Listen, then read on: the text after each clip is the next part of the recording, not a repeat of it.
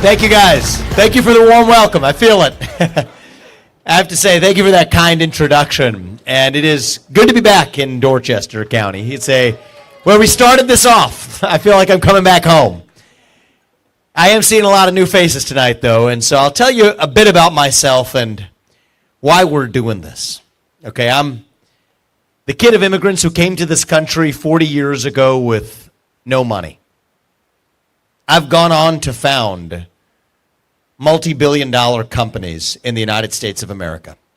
I did it while marrying my wife, Apurva, raising our two sons, following our faith in God. That is the American dream.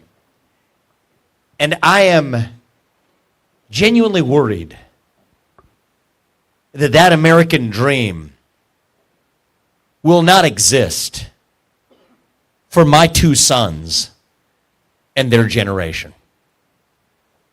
The truth is, we're in the middle of a national identity crisis today. And I speak to you as a member of my generation when I say that. I'm 38 years old. I'm the youngest person ever to run for U.S. president as a Republican. Thank you. I appreciate that. Last time I saw you guys, I was 37, and then they said, 37's too young. So I said, all right, we'll turn 38 then, you know. But the truth is, I'll tell you what's going on with our generation. I think it's true of all of us. It's definitely true of people my age and younger. We are hungry for a cause. We are starved for purpose and meaning and identity. At a time in our national history when the things that used to fill that void, faith, patriotism, hard work, family, these things have disappeared. And that leaves a moral vacuum, a black hole in its wake. And when you have a black hole that runs that deep, that is when the poison fills the void. You can pick your favorite poison. Wokeism, transgenderism, climatism, COVIDism, globalism, depression, anxiety, fentanyl, suicide. These are symptoms of a deeper void of purpose and meaning in our country. And as odd as that might sound, I actually think this is our opportunity. This is our opportunity as conservatives, as Americans, to step up and fill that void with a vision of what it even means to be an American today. A vision of American national identity that runs so deep that it dilutes the poison to irrelevance. For a long time, we as Republicans, we as conservatives, we have been running from something. Now is our moment to actually start running to something. To our vision of what it means to be a citizen of this nation. You ask people my age that question. What does it mean to be an American? You get a blank stare in response. It's like a deer in the headlights. That is the vacuum. That is the void. That is what we're going to talk about tonight. What does it mean to be an American? To me, it means you believe in the ideals that set this nation into motion 250 years ago. Ideals like meritocracy and the pursuit of excellence, that you get ahead in this country, not on the color of your skin, but on the content of your character and your contributions. That is why I will end affirmative action in every sphere of American life. It has been a cancer on our national soul, and we will end it. What does it mean to be American? It means we believe in the rule of law. That if you're like, you know what, my parents, you get to come to this country legally if you want to follow the rules and do it through the front door. They followed the rules. They paid their taxes. They raised 2 kids, both of us, who went on to found companies that helped thousands of Americans. But I say this as the kid of immigrants, that your first act of entering this country cannot break the law. And that is why we will use our own military, not to protect and against an invasion across somebody else's border halfway around the world that doesn't advance our interests, but to protect against the invasion on our own southern border right here at home. That is what it means to be an American believing in the rule of law. What does it mean to be an American? It means we believe in a radical dream that our founding fathers had 250 years ago, a radical dream that I have as a citizen today, that the people who we elect to run the government ought to be the ones who actually run the government, not the managerial bureaucracy in the deep state that actually runs the show today. This is why, to be honest with you, I don't even talk that much about Joe Biden. Joe Biden is not running the federal government today. Just a fact, he's not. It is the puppet masters who actually pull the strings in the administrative deep state. So what I have said is that if I can't be your all's president for more than 8 years and collect a paycheck from the taxpayer for that long, which I think is a good thing, then neither should those federal bureaucrats reporting into me either. 8-year term limits for the bureaucracy instead of the civil service protections. And by the way, when there are government agencies that have become so corrupt that they've abandoned their original purpose, government agencies that should not even exist, like the FBI or the IRS or the ATF or the CDC or the Nuclear Regulatory Commission or the U.S. Department of Education, then we will not just reform them. We are going to get in there and shut it down. That is how you revive the integrity of a constitutional republic. You see, these aren't Republican ideas or Democrat ideas. These are not black ideas or white ideas. These are fundamentally American ideals that set a revolution into motion 250 years ago. And I do think we face a choice in this primary, in this election. I say this as somebody who doesn't bash my fellow colleagues in this race, and I call them my colleagues. They're not my competitors. They're colleagues in a national revival. You all are my colleagues, are each other's colleagues in our national revival. It is going to take all of us to do our part. Next week on Wednesday, there will be 7 other good patriots on that stage, and I respect them. But we do face a choice in this primary, and I think the choice comes down to this. Do you want incremental reform, or do you want revolution? I stand on the side of revolution. I stand on the side of the American Revolution, those 1776 ideals that birthed this nation. We live in a 1776 moment. We live in a moment where we, the people, remind ourselves that we create a government that is accountable to us, not the other way around.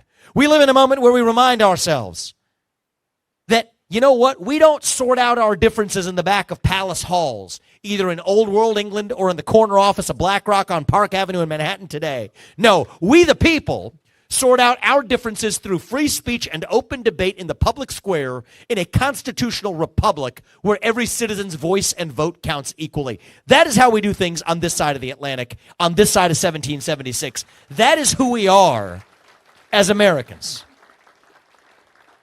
Okay, I don't think about November 2024 as some destination. Don't make that mistake.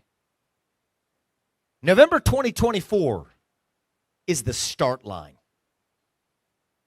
For me, the destination is January of 2033.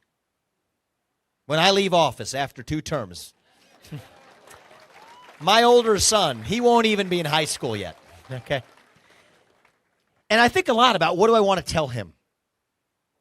We're doing all this, we're going through all this trouble, got a 1-year-old at home, a 3.5-year-old. What are we doing? For what purpose are we doing this? I think about what I want to tell him when he's entering high school, what I want to tell you all when I leave that office.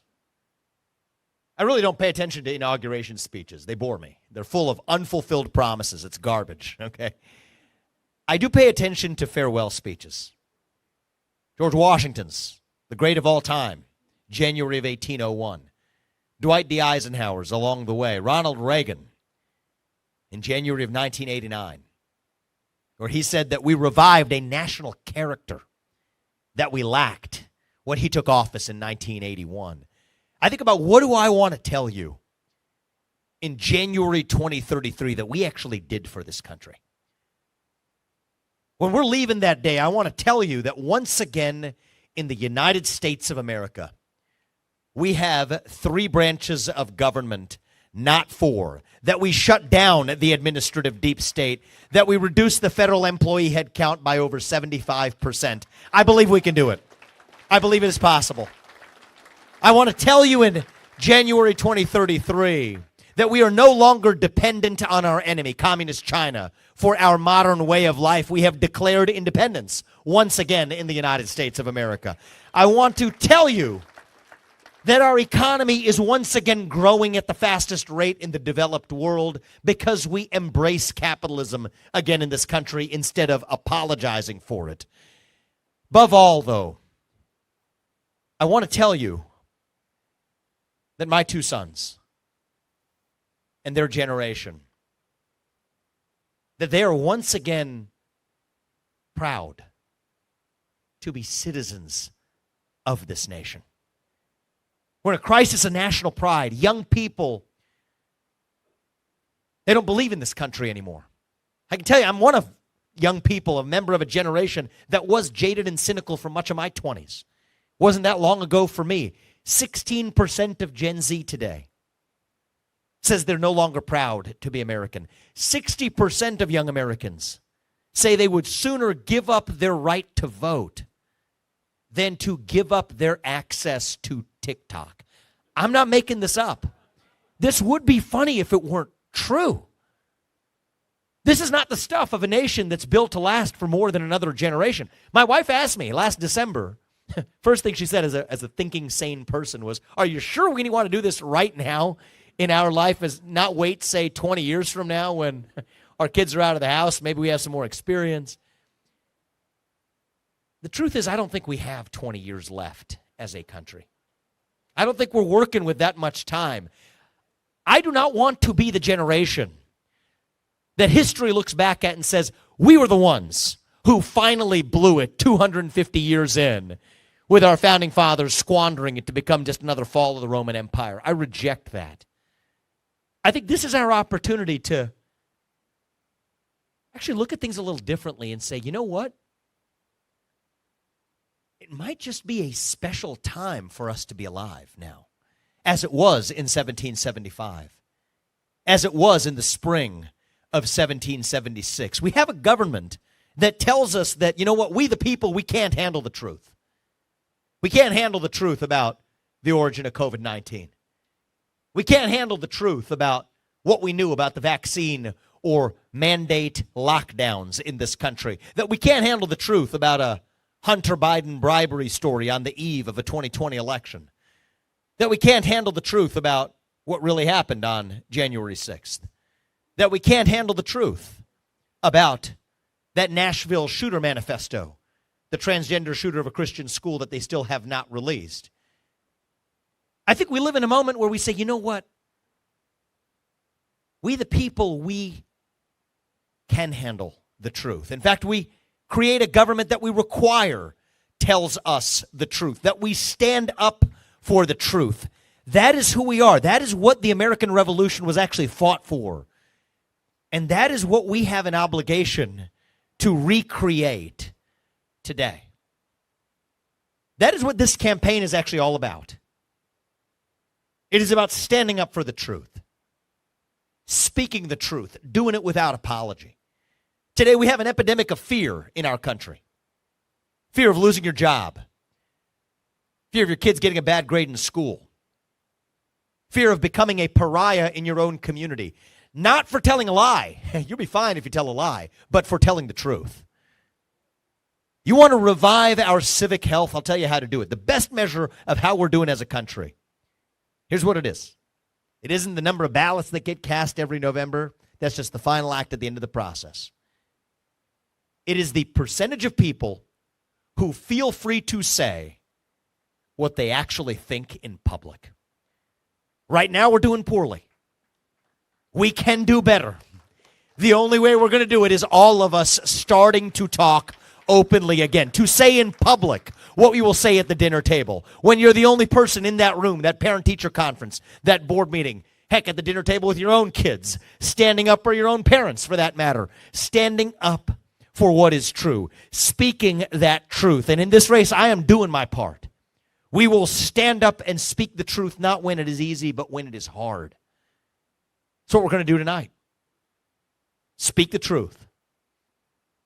God is real. There are two genders. Fossil fuels are a requirement for human prosperity. Reverse racism is racism. An open border is not a border. Parents determine the education of their children. The nuclear family is the best known form of governance to mankind.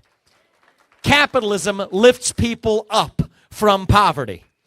There are 3 branches of government, not 4. And the U.S. Constitution, it is the strongest guarantor of freedom in human history. That is the truth. We fight for the truth. We stand up for the truth. That is who we are as Americans. And I will say this in closing before opening this up. I want to actually hear from you guys. We'll do a little Q&A. Throw things off script a little bit here. The truth is, for too long now, I grew up into a generation where we were taught to celebrate our diversity and our differences so much that we forgot all of the ways we are really just the same as Americans, bound by a common set of ideals that set this nation into motion in 1776. I believe it deep in my bones that those ideals still exist. I believe that we together can still revive them. E pluribus unum. From many, one. That is the dream that won the American Revolution. That is the dream that reunited us after the Civil War. That is the dream that won us 2 world wars and the Cold War. That is the dream that still gives hope to the free world. And if we can revive that dream over group identity and victimhood and grievance, then nobody in the world, not a nation, not a corporation, not a virus is going to defeat us.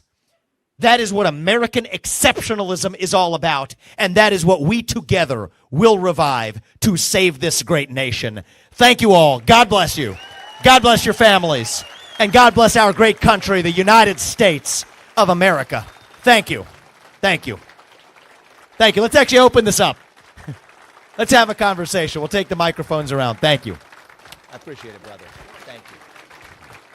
I don't know if we have a second mic or not, but we'll just open this up. Oh, we got one in the back. All right. Thank you. Okay, my name is Xiaodan Li. I'm from Beaufort County. I'm often asked by fellow citizens, who do you think will be the winner of the general election? That's the criteria for them to choose the primary nominee. However, my answer is it doesn't matter who's the nominee. The question should be, how do we win? Not who will win, because no matter who wins, the Democrats will cheat. So from your campaign's perspective, how do you plan to win in terms of, the 6 swing states that have different election laws? Thank you. So this is a very real, practical, and relevant question for the next 18 months. I want you to take one thing away from tonight. This cannot be a 50.1 razor-thin margin election. For so many reasons, it can't. This cannot be an election where MSNBC and CNN are carefully trotting out the winner the following Monday after the Tuesday when we vote. This just can't be one of those elections. We are skating on thin ice as a country right now. I worry that our country cannot sustain that type of ambiguous election result. I don't think we have it in us. This has to be a landslide election. This has to be a Reagan 1980 style moral mandate that puts us in a position to actually revive our constitutional republic. This is one of those moments. And honest to God, that is why I am in this race. The difference between 50.1 and a landslide election is actually young people in this country. I've never had a political donor in my life. We have 70,000, 80,000, something like this, unique donors to the campaign already. 40% of them are first-time ever donors to the GOP. Most of them are young. We have to show up in the places. You know, we're supposed to go to Iowa, New Hampshire, South Carolina. I've been to Chicago twice. Once in the south side of Chicago. I went to a room full of about people this big, looked a little different by shades of melanin. Who cares? We're all Americans, actually. And I have not been in a room, probably even compared to this one, and I know where you guys are on this, so this tells you a lot, that was more strongly in favor of militarizing the southern border than that room on the south side of Chicago, who rightly asked the question. There's migrants that they're infiltrating South Shores High School, turning it into an encampment for migrants who are getting $7,000 per migrant per month. The people in that community, Democrat or Republican, I could care less, are rightly asking, what about me? And you know what? The America First agenda means putting all Americans first. I went to Kensington, in the middle of Philadelphia. And my parents came from India, right? So this is when we used to visit my grandparents in the 90s. It's a truly third world nation. You know, we had to squat because there wasn't toilet seats. Like, that's the level it's at. In the 90s, I have not been to a more third world location than Kensington, where I visited a month ago. 10 a.m., people shooting up with needles, heroin in the middle of the street. Police not able to do a thing about it. And so I think this is actually our moment. The first step is you got to show up. We can't recoil in our shell. We have other good candidates in this race. I respect my colleagues, but who will say, I won't talk to NBC News because they're not nice to me. I don't know if one of those guys is from NBC today or not. But it's true. They know it to be true. Because they say NBC News is not fair. NBC News is not fair. I will confirm that. But if you're not willing to sit across the table from NBC News, you're not ready to sit across the table from Xi Jinping, and you're certainly not going to be the person who delivers a landslide election in this country. So it takes fortitude. Okay? And I'll also tell you the other thing, because we got to take a bitter pill of our own medicine. Sometimes it hurts. But I speak the hard truth 360 degrees. Okay? I gave a speech at my high school. You know, most young people think they're progressives. They really don't know what they are, actually. We have to give them direction. See, we're the ones not doing it. But what I told them was, look, you're going to go through hardship in your life. I've been through hardship in my life. Hardship is not a choice, by the way. Hardship is sometimes something that just happens to you. But victimhood is a choice. And hardship is not the same thing as victimhood. Sometimes hardship can be what actually helps us rediscover who we really are. And I think what it means to be a conservative, my cultural definition of it is we don't choose victimhood. We choose to be victorious. That is who we are as Americans. And so I think this is our moment to take a long, hard look in the mirror as conservatives. We are not playing on an even playing field. Does the other side cheat? Yes, they do. But what are we in this for? We're in this to save a country, a nation that we still call home. And I don't think we're going to have that many more cycles left unless we use the one that's sitting in front of us right now. And so if you all put me in that position. That's your choice, not mine. It's the beauty of our system.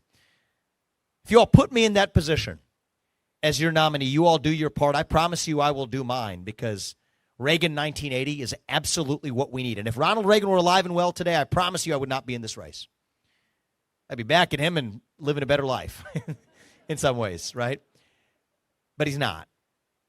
And I think that this is our moment to actually step up, deliver that landslide, then you fix the rails. We're riding broken rails now. Go back to single-day voting, make Election Day a holiday, paper ballots, and government-issued ID to match the voter file. But you got to win to be able to deliver that. That's where I'm at. Thank you. Take a couple more, and then we'll rock and roll. Thank you. Thank you, Jay Byers. And I believe since 1949, the People's Republic of China has been our #1 external threat, and we're just now seeing it. I would love for you to expand on your thoughts on that, as well as the semiconductors coming out of Taiwan and how you want to address that. Sure. Yeah, I believe in clarity here. So I'm with you, but I think actually I would say it was since the 1990s.